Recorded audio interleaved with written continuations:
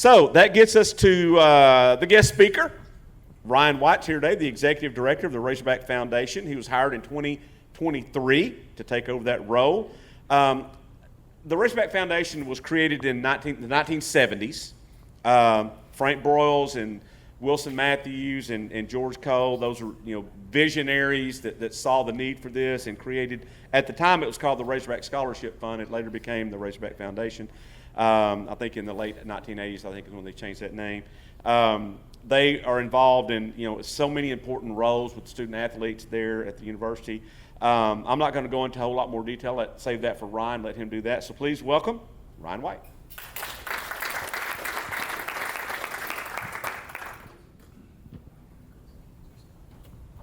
Thank you, Chip. Thank you. Congrats to both coaches, student athletes, incredible accomplishment. I spent 5 years at the University of Kansas, so I understand how big those relays are, and what you all accomplished is pretty amazing, so congratulations. Thank you, Chip, for the opportunity. First time here, so good to meet several of you earlier before we had our meal.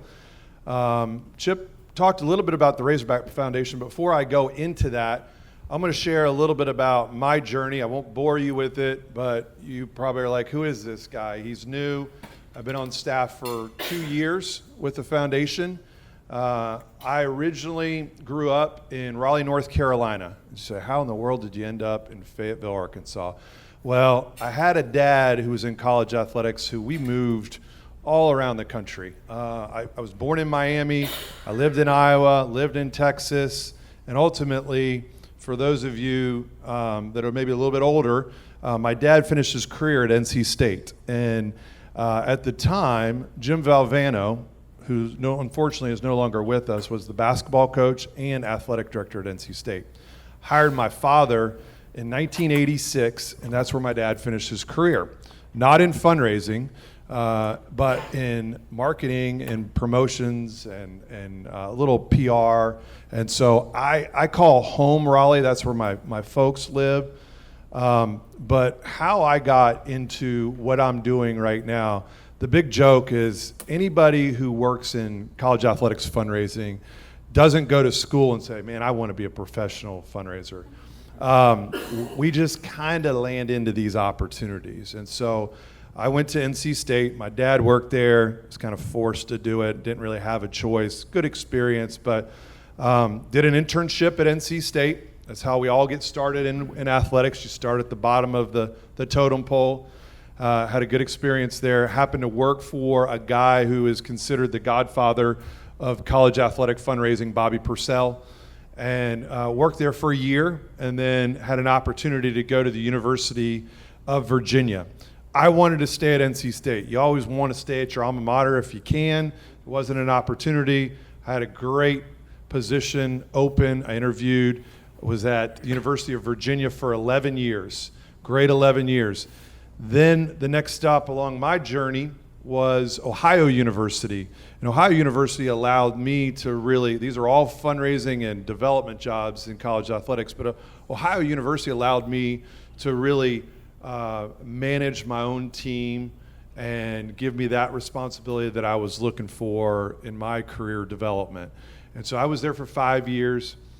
Out of the blue, I apply for a job at the University of Kansas, no ties. I get the job at Kansas.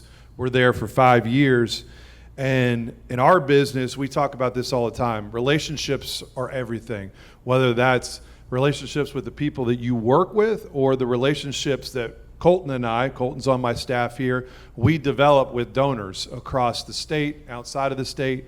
Well, I get a call from our athletic director, Hunter Yurachek. It would have been 2 years ago, essentially, and said, hey, this individual who's over the executive director at the Razorback Foundation is going to be promoted to overseeing fundraising for the entire university. And so this position is opening up. I know you're doing that at Kansas. Would you want to do it here at Arkansas? And I had heard so many great things about Arkansas. I knew Hunter going back 20 years ago. He was in marketing at the University of Virginia. I was in fundraising starting my career at Virginia. And a guy that I respected very much. I trusted him. I knew his wife, his kids, and so I saw this as an opportunity to another step in my career. People go, okay, well, where's your next step? And I will tell you that it's like a coach, and you can look at any ACC, SEC, Big Ten, whatever coach. You've got to sometimes make moves to other schools to get to where you want to be. And so in my case, this was kind of the last stop on my journey. I've got 4 kids. I don't want to move them anymore. The quality of life, I don't need to tell you all. Like, it is as good as it is anywhere in the country. Our sports programs, we've had some down years in football. We went to a bowl, basketball Sweet 16. Hopefully we do some damage here this weekend with baseball, softball. Track and field historically been really good. We pride ourselves on comprehensive excellence here at the University of Arkansas.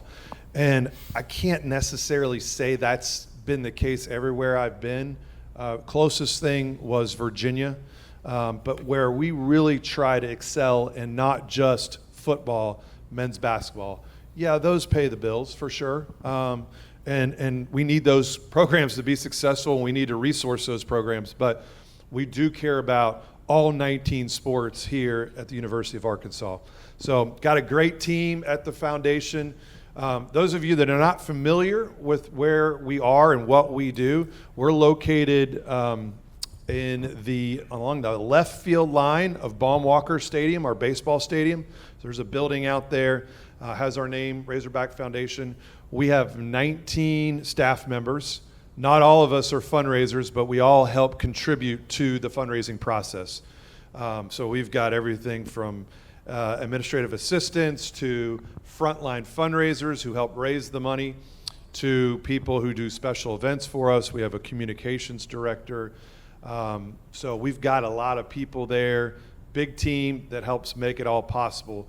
But at the end of the day, why we're in business is we support the University of Arkansas Athletic Department. For a lack of a better term, we're the bank for them. So as Chip said, we were started in the late 70s, long history of people that have been in my role. Many of you that are Arkansans would know who those individuals are. And so I feel extremely honored and blessed to have the opportunity to serve as the executive director of the Razorback Foundation. Our mission has always been we're going to support our student athletes through scholarship support, through facility enhancements and new facilities, and it's evolved over time. And there has not been another time in the history. I've been doing this for 25 years, and I just will tell you, it's crazy. Right now, the world we're living in right now, and you all see it, is wild. And we always tell people, like, you don't have to love NIL, name, image, and likeness. But if you want to compete in today's world of college athletics, you have to embrace it. You don't have to like it, you have to embrace it. So I get when donors talk to Colton and I and go, I don't have any interest in supporting that. I don't like it. Call me old school. I totally understand. We understand. But this is where our industry is going. And if we want to remain in the SEC, we want to remain competitive, we want to win national championships, we want comprehensive success for all of our sport programs, we better resource football financially. We better resource men's basketball, because the reality is those 2 programs pay for all of their 17 programs. And so the more success we can have in football and basketball, the more success that will set us up for all of our programs. So we've now kind of got into a situation where we're raising money for scholarships, we're raising money for facilities, and now we're raising money helping support our collective, which is Arkansas Edge. We'll probably talk a little bit about this, but we can dig in on the NIL piece. But starting July 1, we will hopefully, it's soon likely going to be passed. There is a case right now that a judge is waiting to make a decision, And if that judge decides how we think she's going to decide, it's going to allow college athletic departments to be able to share $20.5 million of institutional revenue with student athletes, direct to student athletes, money in their pocket. So athletic departments across the country have been kind of scrambling to try to figure out, how are we going to take on this $20.5 million expense that we didn't plan on?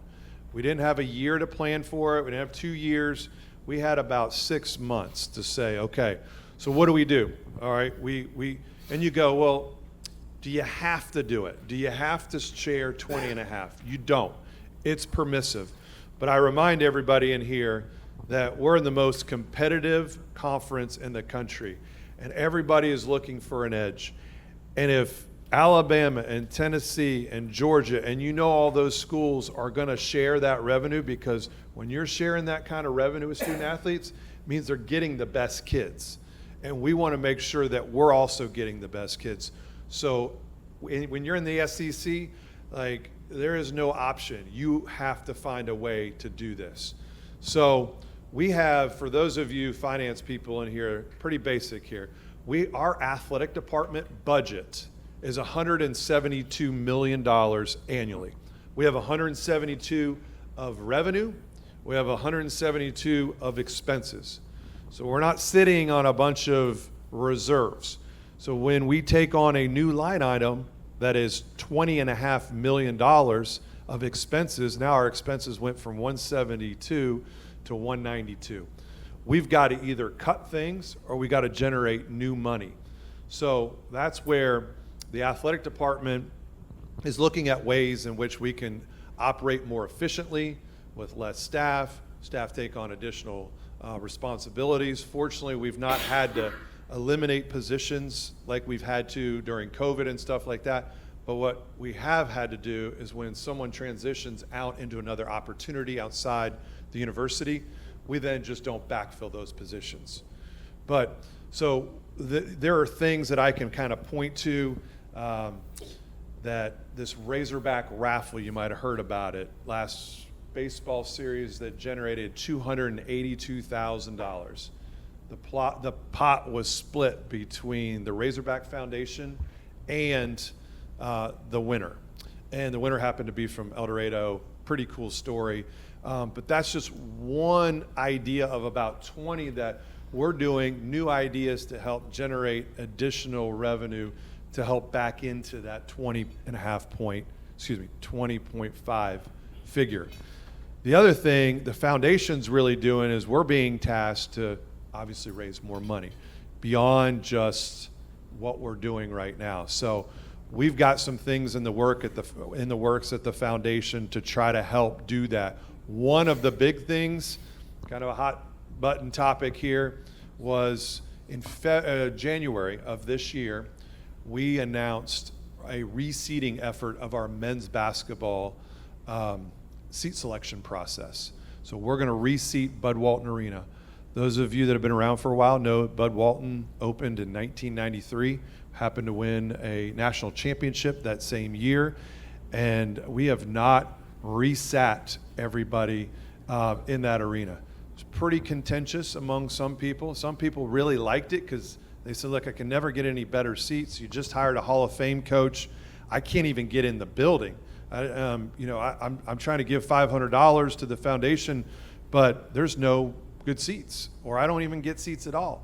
And so we've done a couple things to reduce the amount of tickets that people can request, but we are going to go through this process to reseat Bud Walton Arena in August of this year. That alone, that process is going to generate about $6 to $6.5 million of additional annual fund revenue that we can count on every single year. So when you look at that $20.5 million figure, you can put that 6.5 and put it toward it and say, okay, now we're chasing $14 million. There's some other things that we've got going on that are going to help us generate.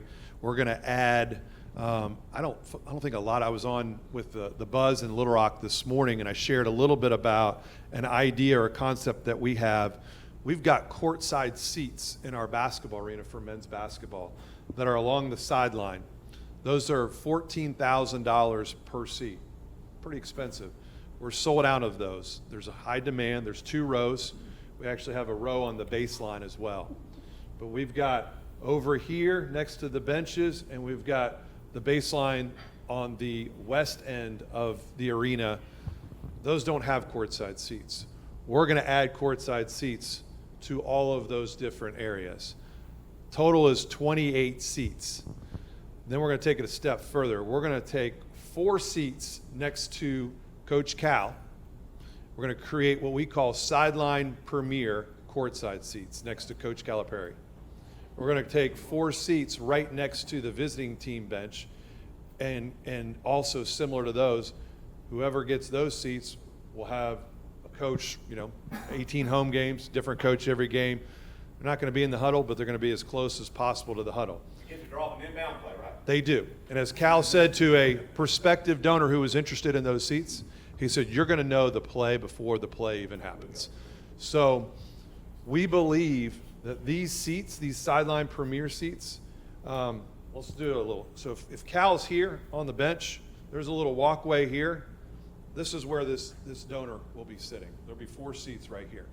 So the best of the best, you're not going to be any closer to the action.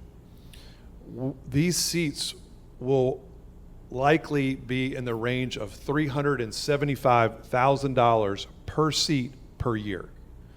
So if you take 4 seats, that's it's a lot of money. It's $1.5 million. That's $1.5 million for 4 seats. You've got 8 of them. That's $3 million. We're in the business of raising money, and you all say, how in the world is somebody going to pay $1.5 million for 4 seats? We wouldn't put it out there if we couldn't do it. So, again, backing into that 20.5 number, here's another $3 million annually that we can say, hey, to the department. And in addition to the 6, now there's another 3, so that's $9 million. So there are going to be a number of things that happen in order to allow us to be able to pay our student athletes. We think it's really important, again, from a competitive standpoint. We want to resource it. We want our student athletes to have the opportunity to earn the money and monetize their name, image, and likeness while they're here at school. And we just play, quite frankly, a small role in helping the athletic department do that. So our world has totally changed in the foundation in terms of business as usual, scholarships, facilities. I will say something, last thing here, Chip, before maybe you want to do a Q&A. In our world, facilities were a big thing. And it was all about having the best of the best facilities. And I'm sure at Bentonville, those facilities are probably really, really nice. And in college, they help attract student athletes. But the reality is right now, more and more kids, it's the first question they ask is, how much am I going to get paid? How much am I going to get? And the facilities are secondary. And so we have facility needs, as great of facilities as we have across the board. And I've seen a lot of college campuses. I'd put our facilities, everything from tennis, softball, football, I'd say we have top 5 in the nation if you look at all of our facilities. We are blessed. Obviously, folks that came well before us created those opportunities. Donors stepped up to make that happen. We are in a pretty good shape on facilities. But let's take basketball, for example. We've got a roof that is leaking right now. We've got a court that we can't sand down anymore. That court is I don't even know how, do you know how old that court is? Do you remember? We need to replace the court itself. Walk into Bud Walton next time you're in there, look at the seats. They're all torn, tattered, stained. We need to replace all the seats in Bud Walton Arena. The bathrooms, ladies, we need better bathrooms, and we know that. And we need better bathrooms for the men, too. There's certain things that have to happen in Bud Walton that aren't adding anything new. We're not adding any new premium opportunities or anything like that. We just got to take care of these things.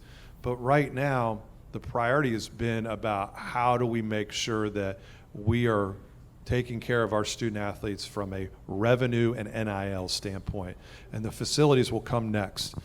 I think if you would ask every coach on our staff right now, would you rather have a new arena or a renovated arena or renovated facility, new facility, or would you rather have more NIL? And 99% of them, 100% of them are going to say, I want more NIL because I need to win now. The pressure is greater than ever for these coaches to win at this level, and they know if they don't win, then they're on to their next opportunity. So it's a really unique and interesting time that we're living in right now, and we're doing our best to embrace it and accept it and do our best to try to stay competitive. Bring it with you. Come on. There we go.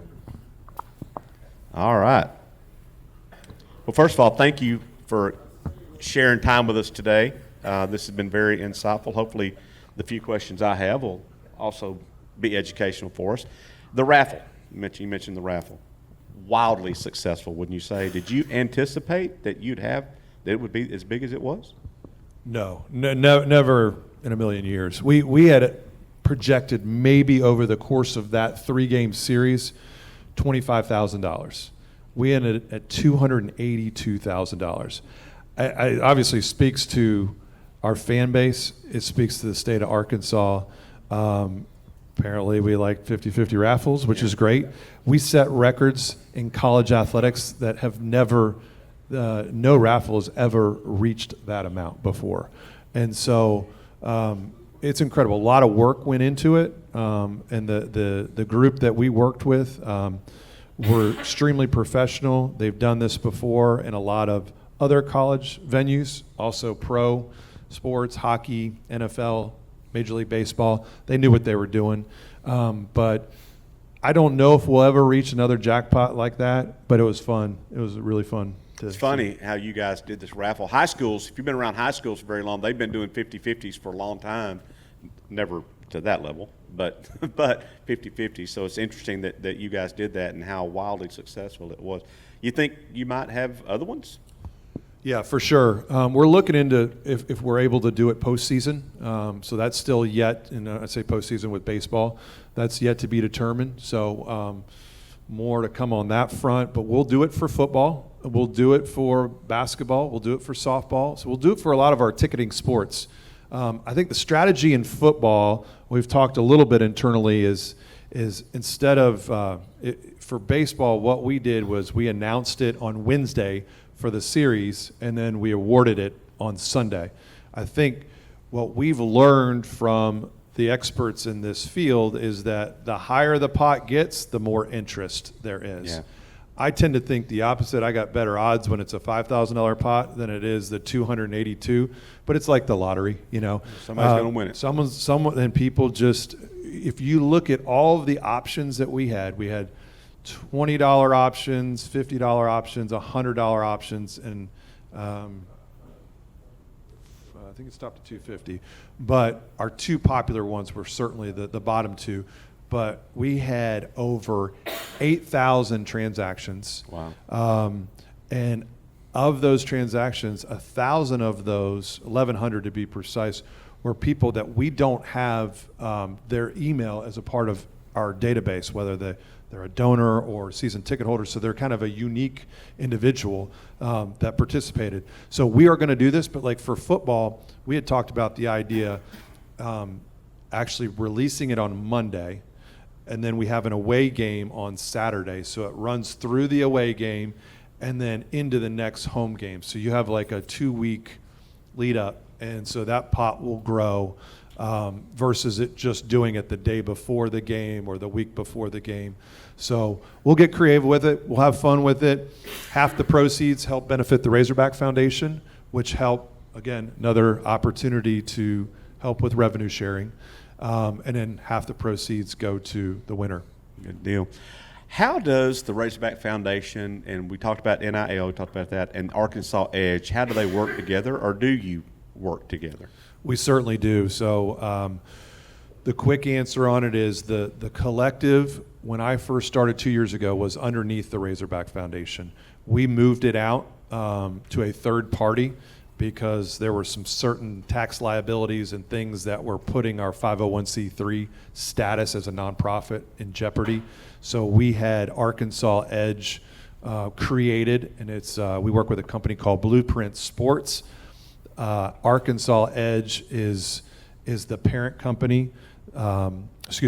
Blueprint Sports is the parent company. Arkansas Edge is the collective for the Razorbacks. Blueprint Sports has about 30 different schools that they work with. So Arkansas Edge is housed in our building over by Baum Walker Stadium. So they're just in the other side where the ticket office used to be. They have a staff of 4 individuals. I will tell you, Chip, that, and they would tell you this too, you know, it's our staff, it's Colton, it's other people on our staff that have the relationships with the donors that can help make those asks for them. And so we've been very instrumental in that process of the fundraising.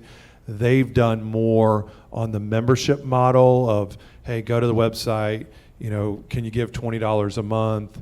And then here's what you get for that. And then the other thing they've done a really good job is the activation. So while there are folks out there raising money for NIL, and that money goes to Arkansas Edge has to work with the student athletes to do something for the money to activate. And so they make sure that the student athletes are doing what they need to do in order to receive the money. Probably the 2 words that you dread hearing the most are donor fatigue. How do you combat that? It's real. We just keep asking until they tell us no. But no, it's we just left a summit yesterday in Atlanta, Georgia, with 7 other institutions, 5 of which were ACC, 2 others were from the SEC, and that came up. And it is real. We have tapped the same people over and over and over again, and I think at some point a lot of them have said, okay, enough. And they've made it very clear to us. It's our responsibility to continue to ask, but to continue to ask for the right things to the right people and find new people. You know, that's where like this raffle is kind of interesting, because there's people that participate in something like that. Their support, even though they didn't win, they're helping the foundation and helping our student athletes. So I think we've got to do a better job. We've got 10,000 annual donors to the foundation. That's not including our collegiate folks, who we have about 11,000 of them. But it puts us probably, if you look at our number of donors in the SEC, it probably puts us about half. So we're certainly competitive. We're not at the top. Love to have 15,000 donors, but the fatigue is real, and I don't have a great answer other than the people in our industry, in fundraising in general, your best prospect is the one that's already made a gift because they're invested. And our people have been incredible and amazing how they've continued to step up. And I'll give you an example, a figure here. So last year we raised $24 million at the Razorback Foundation in our annual fund. This year, which men's basketball reseeding is driving this, we're over $30 million. We've never been over $30 million in the history of the foundation. That is a testament to people who have stepped up. 2,700 people increased their annual gift this year. Some people it was $10, some people it was $10,000. So we have a lot to be thankful for and grateful for. 10 years down the road, 15, where do you see college athletics going in 10 to 15 years? And there's been talk out there this week at SEC meetings of the SEC pulling away from the NCAA and things like that, maybe players signing contracts like professional athletes, salary caps, things like that. Do you envision something like that down the road?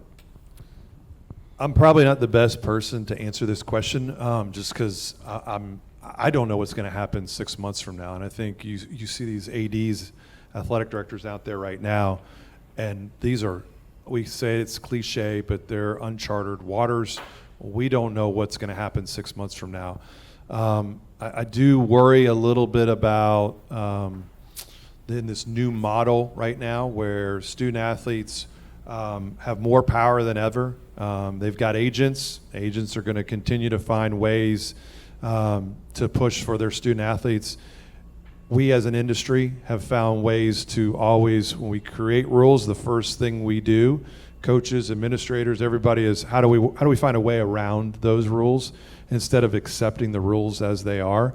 So if we can all get together and agree that we're all going to play by the same set of rules, then I think we have a solution. I do think at some point there's going to have to be some congressional intervention, and I know that's probably a long shot, and they've tried that. But right now our system is broken. We all know that. We're trying to get some clarity, transparency with everything that we're doing. I have to think 5 years from now, 3 years from now, it's going to look different. I don't know what that's going to look like. My concern is for the University of Arkansas that from a financial perspective, we got enough money to compete in all of our sports, and that we provide our student athletes a great experience when they come here, that if there is a super conference or whatever that looks like in 3 years, is that we're not on the outside looking in, but we're one of those teams that say, you know what, Arkansas is in really good shape. Also, to give everybody perspective, Arkansas has 19 sports at the university. They compete in 19 sports. Top 15 in Directors' Cup every year. Most of the ones above them compete in 20 to 23, 24 sports. So if you want a sense of pride, that's where we are. We're competing at a high level in all sports and making a top 15 in the Directors' Cup. So that says a lot for where we are as a well-rounded sports program at Arkansas. You're absolutely right. And again, it kind of goes back to the comprehensive success that we all strive for in all of our programs. Right now, Chip, I think we're, do you know, we 14? I saw the latest, it was 14. I don't think that's factored in softball. Our athletic director has mentioned this without getting too confusing here, but how they factor in those figures to determine who the best athletic program is in the country, you take your top 20 sports. Well, as Chip said, we've got 19. So all of our results count. We don't get to drop one.